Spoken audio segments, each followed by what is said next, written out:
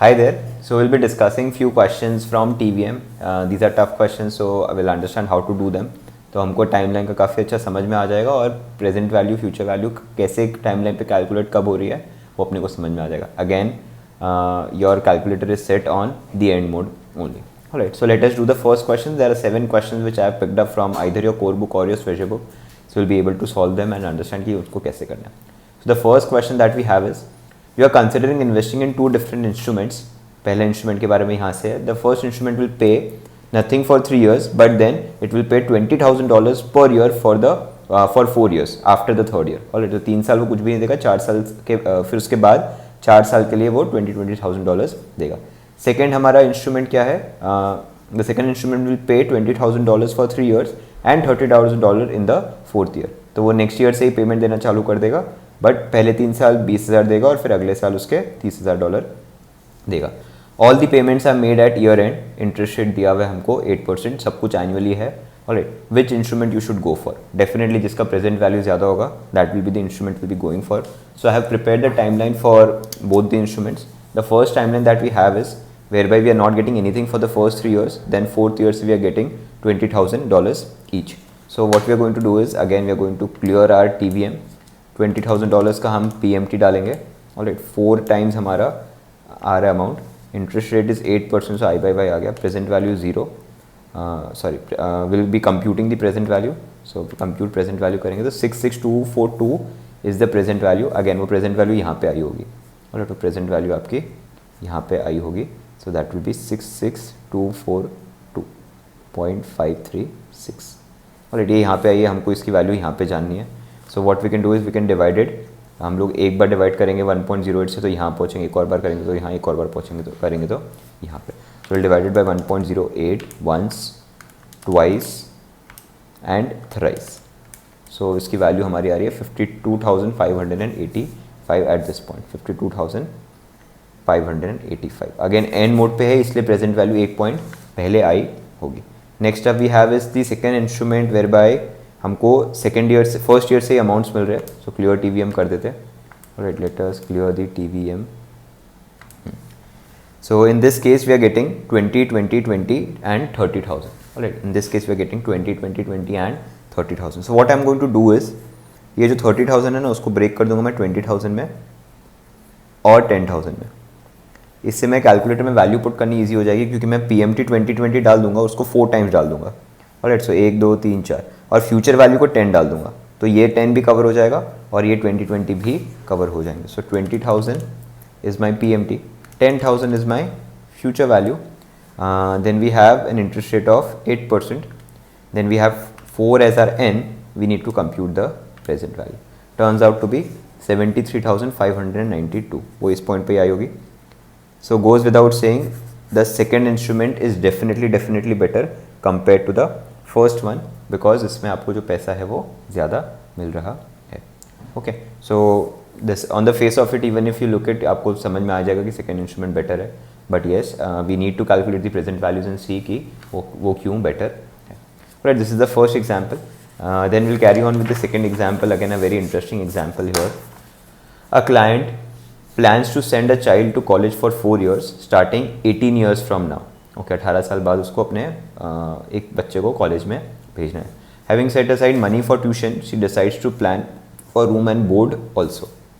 She estimates this cost at 20,000 per year, payable at the beginning of each year by the time her child goes to college. Alright. If she starts next year and makes 17 payments into a savings account paying 5% annually, what annual payment must she make? सो 17 साल तक वो instalment डालने वाली है एक saving accounts में और इकट्ठा करने वाली है, जिस पे उसको 5% रिसीव होगा. But what shall be that amount is what we want to calculate. And at the very same time the amount that is to be paid in the college is 20,000 per year.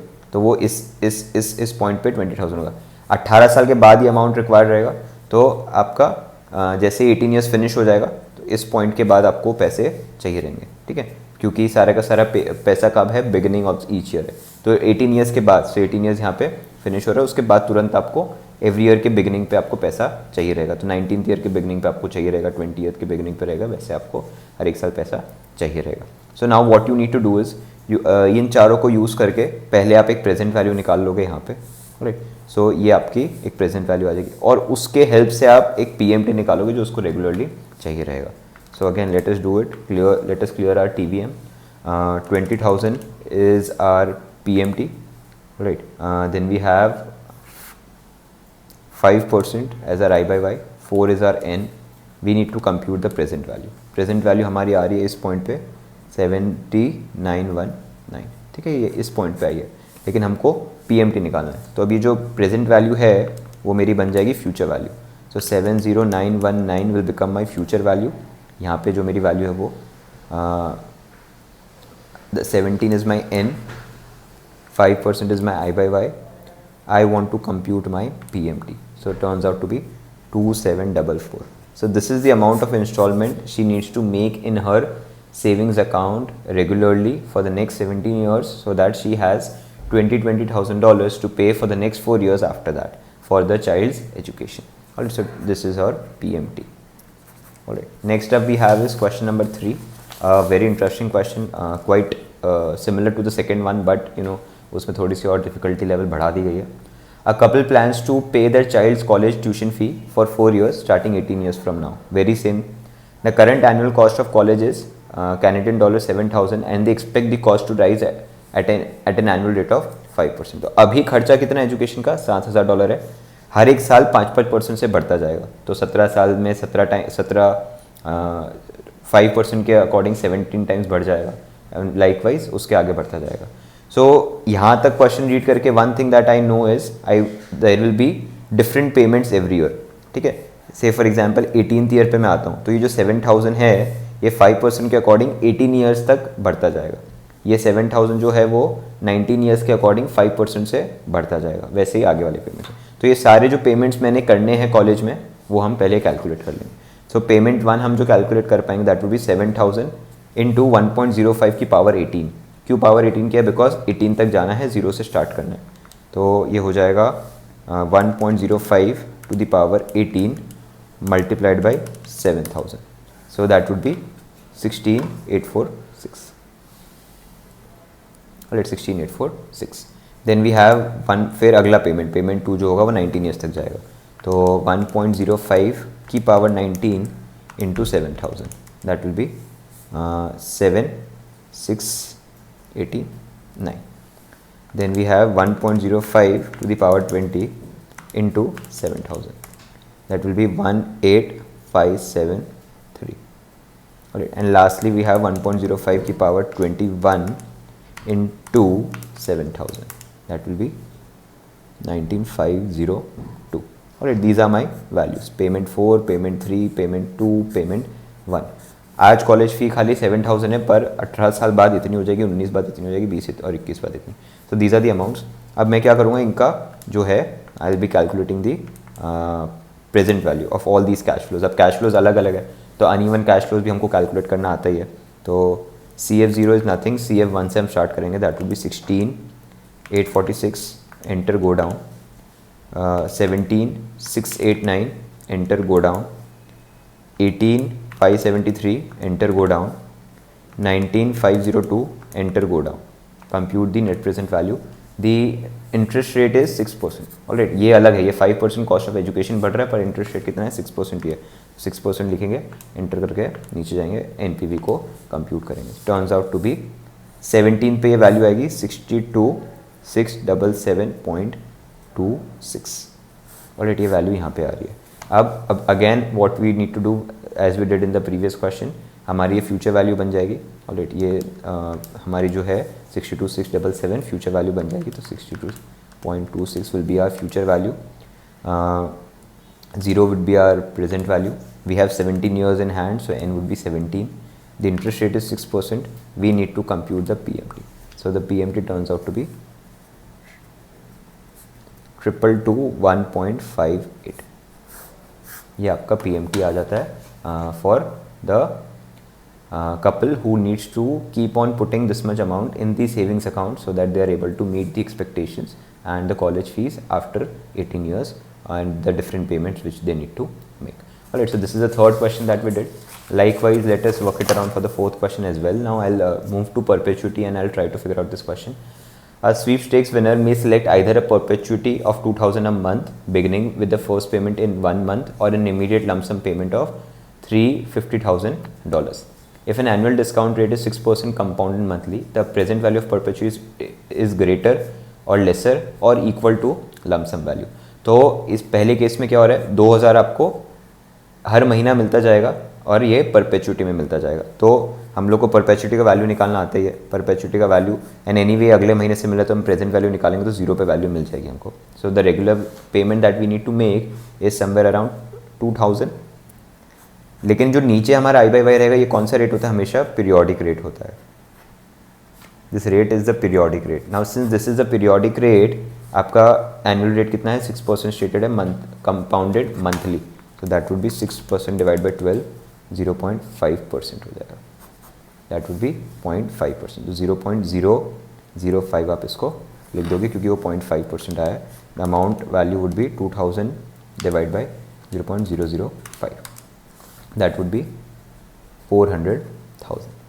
Right, perpetuity की आज की value 400,000 आई है और आपकी lump sum payment कितनी होती है उसके ऑप्शन में दूसरी 350,000. तो डेफिनेटली हम परपेचुटी सिलेक्ट करते हैं and the value of perpetuity is greater than the value of the lump sum value that we would have received otherwise. Alright, so this is the second way how you can calculate this. Alright, this is the second way how you can calculate this and you can compare whether you would like to go for perpetuity और for a lump sum payment. This generally happens in multiple cases जहाँ पे जो लोग कोई music CDs create कर रहे हैं तो उसको परपेचुटी में लॉयल्टी चाहिए या फिर एक lump sum चाहिए. तो in that case they select and they can apply these things. Now let us work it around for, there are 3 more questions that we can do. Question number 5, a sports car purchased for 200,000 is financed for 5 years at an annual rate of 6% compounded monthly. If the first payment is due in 1 month, the monthly payment is closest to. Alright, now payment monthly हो रहे हैं. कितने payments होंगे total, 5 साल तक payment होने हैं. Alright, 5 साल तक पेमेंट होने हैं एंड फॉर मंथली बेसिस पे होने. तो टोटल हमारे को 60 पेमेंट्स दिखेंगे 5 × 12 करके. The interest rate is 6%. Alright, the interest rate is 6% which is compounding monthly. तो हमारा पीरियोडिक रेट क्या हो जाएगा, 6 डिवाइड बाई 12, 0.5%. ठीक है, तो ये 2 चीज़ें इंपॉर्टेंट है TVM में जाने के लिए. हमारा प्रेजेंट वैल्यू कितना है, जितने का हमने लोन लिया है, तो 200,000 यूरोस का लोन लिया है. We need to have the future value, हमको PMT कंप्यूट करना है. Let us see how we are going to do it. N हमारा 60 है, 0.5 हमारा I/Y है, 200,000 इज आवर present value, future value 0. We need to compute the PMT.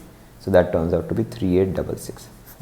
The 3866 is the amount of money that you need to pay monthly so as to make sure that you are able to repay the loan for the sports car that you have purchased. Alright, very pretty simple. Again, question number 6, given a stated rate of 6% compounded quarterly. Again, compounded quarterly है तो हमारा periodic rate जो हो जाएगा that will be 6% divided by 4, that is 1.5%. The level of amount that deposited quarterly will grow 25 at the end of 10 years.